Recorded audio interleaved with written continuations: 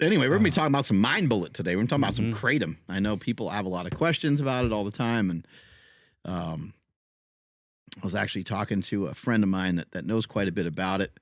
We'll have this guy on the podcast. His name is Alex. He is part of a company called t0m, and they make our new tablets that we have that Andrew tried to eat. Yeah, which is pretty obvious. Like when you put those things on your tongue, that they're not edible. I was kind of on the run, but when I it's like eating grass and dirt at the same time. If grass and dirt were really, really gross, yeah, I cracked it open and I'm like, oh shit, it looks like I don't know, like chewable vitamins or whatever. I don't know, chewable something, and I'm just like, oh, sick. And I took like literally like the first bite, and I'm like, I fucked up. Yeah. And so I had to try to wash it down, but it was way too late. So yeah. Just put on the packaging, not chewable. And so the other part of it was like, I had to go tell April, like, hey, I'm an idiot. So be careful. There's more people like me, you know, and more people might try to chew on these like my dumbass did. And she's just like, why would you do that? But Callie was like, yeah, they do kind of look chewable. And I'm like, see, it's not just me. There you go. So we're R&D-ing stuff. Well, Kratom does not taste good. Nope. There's it's kind of a hard thing to figure out how to make taste good. It just has like a very earthy, like dirt flavor to it. That's pretty strong. So some people take it in powder forms and things like that. And I think where a lot of the negativity has come on the internet, I think has come from a lot of people taking powders. I've seen videos, especially from years ago, where people would blend up these like shakes where they would have Kratom in them, but they would use like grams and grams. They would use like a scooper, like a protein scooper. And they'd be like, yep, about 3 of these, and they'd dump it in there. And from some of the stuff I've seen, people would take 10, 20 grams of it. It would be really, really rare for me to have it would be really rare for me to go above 5 grams in a particular day. So there's people that are, you know, scooping out like 4 times that amount and doing it every day. How many grams is this? This guy, I think, is 3. 3 grams? Yeah, this guy here, the Mind Bullet extract that we have, the potion. Do you guys put any type of, so is there any type of flavor in here, or is this just somewhat extracted?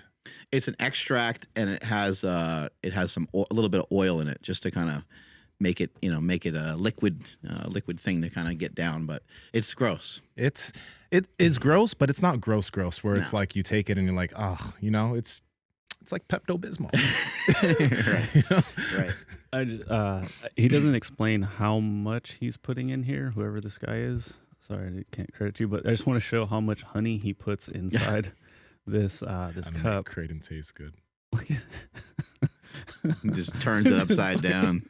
Let's just add 60 grams of carbs to our Kratom. But then, I mean, just for people to see, like, this is after he makes it. It's like, look how unsatisfying that looks. That looks gross. I would not take the time out of my day to do that shit. No. He's turning it into like a tea and everything. Anyway, I've been using Kratom for years. I'm a huge fan of it, obviously. And then we sell it under the brand name Mind Bullet. And we have Mind Bullet capsules. Now we have tablets. And we also have the Mind Bullet potion. And you guys may have seen Joe Rogan talking about it. You may have seen Tom Segura talking about it. And they joke about it a lot, which makes it kind of fun. And, you know, one guy I think is like, it's kind of like taking crack or cocaine or I don't know, you know, where those references are like from or if they're based off of experience. But I think what they're referring to is the fact that when you take Kratom, you might not really feel like doing a whole lot at a certain time, or you may not feel super motivated. But when you do take it, next thing you know, you're like in the middle of a workout and you're kind of bouncing off the walls. Yeah. And you're training really hard and you're doing a lot of stuff. It can make you super talkative. You start talking a lot. You start talking a little faster. It can give you some cotton mouth like some other drugs can do. Not like cocaine speed though. Like, yeah, I don't have any experience with cocaine, so I don't know anything about like what that would even. No, I think when people say like we joke around when something's really, really good, it's like, dude, this stuff is like crack. We don't really mean that it's going to ruin your life. We just mean it's very like good and it could be addicting. But yeah, it has, as far as like the same, it's not even close to like actually Coke. Like it's nowhere near that. No. My guy knows. Yeah, no, it's a totally different feeling. It's like a safe, warm feeling, not a fucking It's a safe, warm feeling. Yeah. When it comes off the wall to and shit. an addiction, that's a hard thing to really figure out, hard thing to talk about and to be super honest about.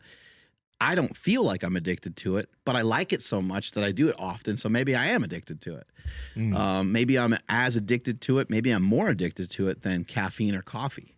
So if you're a person that like doesn't want to be addicted to anything ever, then maybe it's not for you. Then that's fine. But for me, I found it to be really useful, and I found it to be, a powerful weapon in the different things that I do. Now, I want to point out that, like, to mitigate negative stressors in my life, I mean, one thing I've worked on a lot is just interpretation. That's helped probably the most, first and foremost. Not thinking that a death in the family is always a negative. Condolences to you and your family on your grandmother. Thank you. You know, and reframing like a lot of stuff. That's been really useful. Lifting has been really useful for like negative stress mitigation. Running, like all these, I got all these different tools, right? However, sometimes it's nice to have a tool that just kind of jumps you ahead, like caffeine, like coffee, like a pre-workout, like a Monster energy drink. Some of these things, some of these kind of artificial external things from the outside can then pull me into a different frame of mind, and it can push me into a realm that I otherwise probably wouldn't be able to get into for that particular day or for that particular moment. Mushrooms do the same thing. LSD does the same thing. All these things kind of do the same thing for me, and I try to utilize them as a tool, but I try to utilize them as a tool appropriately, and appropriately for me means that I'm already in a good frame of mind. I'm already motivated. Yeah. I don't really need the cup of coffee to like go on my morning walk, or I don't need the cup of coffee to go run 5 miles. I was well rested. I slept. I ate well the night before, followed most of the things that I like to follow. The next morning, I feel good. I wake up, I go outside, I do some push-ups, I see some sunlight, I wait around for a while, morning poop hits me, and then I have my coffee. Oh, and you have your poop before your coffee? I already, sometimes. Nice. I'm already like up, I'm already awake. I don't really quote unquote need the coffee, but it's a habit. It might be something, again, I could be addicted to it. You're addicted, and so addicted. am I. I'm addicted to it. I feel that it helps enhance my life. Yeah. But I'm already, like I said, I'm already well rested. I'm not utilizing the coffee to try to force myself to be untired. It's just a little spark. Once I have the coffee, now I'm like kind of like, fuck yeah. Like as soon as I'm in my car on my way to go do my walk or run, I'm just a little bit more fired up. I'm thinking a little bit more clearly. I'm listening to a podcast. I'm learning, or I'm walking with my brother or walking with my dad. So yeah, these are the ways I like to utilize these things. And there's not a reason. I might wake up in the morning, my body might be kind of tight, I might feel kind of stiff, but I'm not going to reach for Kratom first thing in the morning. I'm going to let my body wake up. And I might take a shower, I might go outside and exercise for a few minutes, I might come in here and exercise. Cold plunge. I might do a walk, I might do a cold plunge. I got all these other resources. So I'm not like, let me hit up a bunch of Kratom and just be ready to kill the day. I try a lot of different methods. I try a lot of different techniques.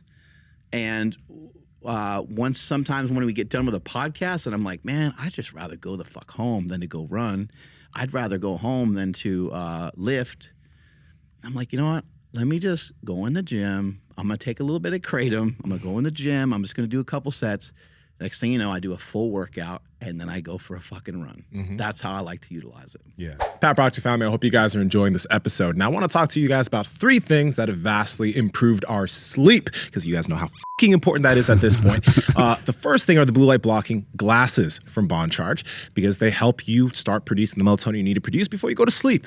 Secondly, the blue light blocking bulbs, because then you can replace the lights in your bathroom, in your bedroom, the places that you frequent at night, so that when you got to turn on the lights, go peep or poo, you're not bathed in artificial light. And then the last thing are the sleep masks, so that when you are sleeping, you are covered in the dark of night. Andrew, how can they get it? Yeah, you guys got to head over to boncharge.com. That's BON charge.com/Power Project. And at checkout, enter promo code Power Project to save 20% off your entire order. Links to them down in the description as well as the podcast show notes. Let's get back to the podcast. You don't want this shit to turn into Popeye spinach, bro. Like he's getting his ass beat. He's like, let me get some spinach. And then he just fucking blows up, right?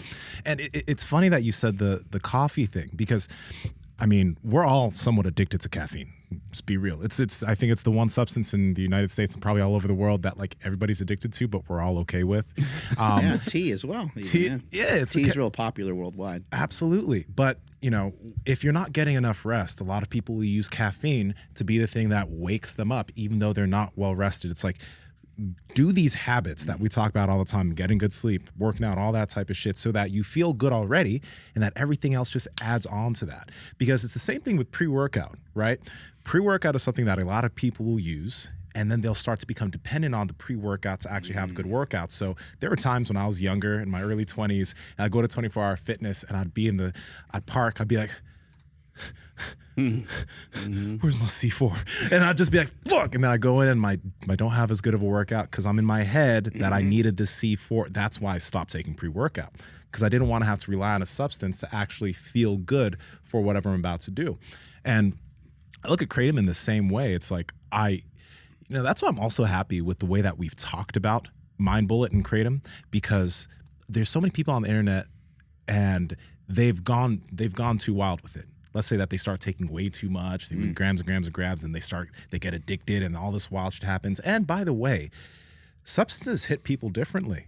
I know people that one of my homies, Brian, he doesn't drink coffee because he'll have the smallest cup of coffee, and he's like, I'm wired. He legit can't sleep, and he just feels too wired. So he's just the guy who's like, coffee's not for me. We can also understand that there are some substances that aren't for everybody. Some people can take Kratom and it's just like, nope, not for me. Some people can, and it's great. I like it because like I've tested myself, right? Because I usually use it before podcasts just because it puts me in a better mood. But there have been times where we haven't podcasted at all, and then I just don't take it for days. I'm like, I don't feel like I'm fucking itching. I'm not fucking, scratching, trying to get some Kratom. I'm like, okay, I'm good. I can use it responsibly. But that's the thing. It's like with any substance you use, coffee, Kratom, weed, anything, you need to make sure you're using it responsibly and it's not becoming something that you now feel that you need before you do something. Can you go without it for a little bit and still feel okay? All right, cool. Then you add it and it just makes things a little bit better. Got to be responsible with this shit. Alcohol is pretty like common, right? That people use fuck with alcohol anymore. Nope. People they joke a lot about alcohol. And alcohol, I mean, I don't want to like, pretend I'm getting on some like higher, soapbox here, but alcohol does kill a lot of people. You know what I mean? It's responsible for a lot of deaths. It's responsible for a lot of destruction. But for some reason, that's a more acceptable thing that people utilize in our society. And so I don't really have a problem with hardly any drugs. I mean, I think that's kind of how we got here in the first place with a movie like Bigger, Stronger, Faster. I think some drugs can be used to enhance your life, whether we're, again, talking about caffeine. I put them all in the same category. Now, there's different kinds of drugs that can do different things to you. There's different things for you, and there are things that can be really addicting. And I do think that you have to be cautious towards those things because you might get in too deep, and it might be hard to get out of that. For me personally, I've never noticed that with Kratom. I would actually go as far as to say that I'm more addicted to caffeine than I am to Kratom. When I don't have Kratom, I'm not like down. Like if I don't have caffeine some days, when we did like a month off of it and stuff like that, it's just different. The day is different. And I even had headaches from not having caffeine before. And I've never noticed that from Kratom. Now, is it possible for someone else to get actually addicted to it? I think probably. Yeah. As you said, many people have different reactions to it. But I think if you're going to get addicted to anything, you're going to get addicted to the fact that Kratom makes you feel fucking awesome. And that's a feeling that is really easy to get addicted to. That's why we always make the joke that I'll never do Coke. Because I know people who've done quite a bit of Coke. I know people that take bumps before, they got to hit their day. And you feel like Superman. That's dangerous, right? Kratom doesn't make me feel like Superman. Like the way it makes me feel is it makes me feel very empathetic. It makes me feel like if I'm having conversation, I feel really good. I feel like I'm in tune with that person's emotions, etc. Like I feel very just warm and cozy. I want to call somebody that's close to me and make sure I tell them I love them. That's how it makes me feel. Don't get high. The one day that we did 2 potions on air though, Oh man. I was fucking gone. Never do 2 potions, guys. And even so there are a lot of people that have been getting their hands on the Mind Bullet potion. You said this is about 3 grams? Mm-hmm. Okay.